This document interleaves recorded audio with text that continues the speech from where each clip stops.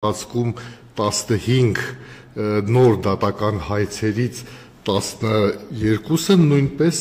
ուրեմն պետական մարմինների եւ իշխանության ներկայացուցիչների կողմից են եղել, սա նույնպես աչքի է զարնում, երբ վերլուծում ենք մեր ստացած տվյալները։ Իսկ մյուս 3-ը? Մյուս 3-ը մենք կառադառնանք դրան, բայց որ հարցը տվեցիք միանգամից ասեմ, որ 15-ից 2-ը ուրեմն լրատվական գործակալության հայց է ընդդեմ լրատվամիջոցի, այստեղ լրատվամիջոցը ընդդեմ լրատվամիջոցի է հանդես եկել եւ դա հեղինակային իրավունքի պաշտպանության հայցեր են, իսկ մեկը շարքային քաղաքացու կողմից է ներկայացված։ Այդ վիրավորանքներով, զրպարտություններով գործերը գերակշռող քանակի են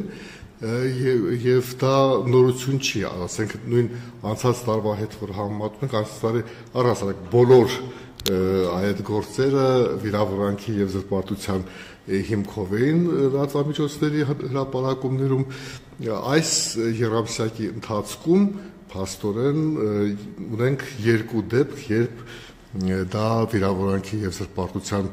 հիմքով չէ, այլ հեղինակային իրավունքի պաշտպանություն է։ Իսկ հետաքրքիր է նորություններ հեղինակային իրավունքի պաշտպանությամբ դատական գործը նախկինում ունեցել ենք։ Լրատվամիջոցը ընդդեմ լրատվամիջոցի իհարկե եղել են, այդպիսի փաստեր մենք ունենք նախորդ տարիների ընթացքում, բայց հեղինակային իրավունքի պաշտպանությունը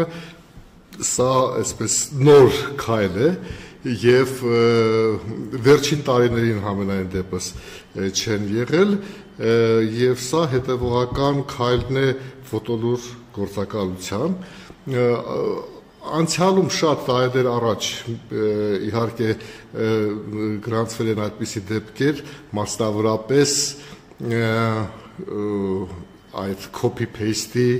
առնչությամբ եւ այլն, բայց սա հետաքրքիր է այն առումով, որ հենց լուսանկարներին է վերաբերում, երբ որևէ պայմանավորվածություն չունենալով առանց հղման, առանց վճարման այդ լուսանկարները հրապարակվում են։ Սա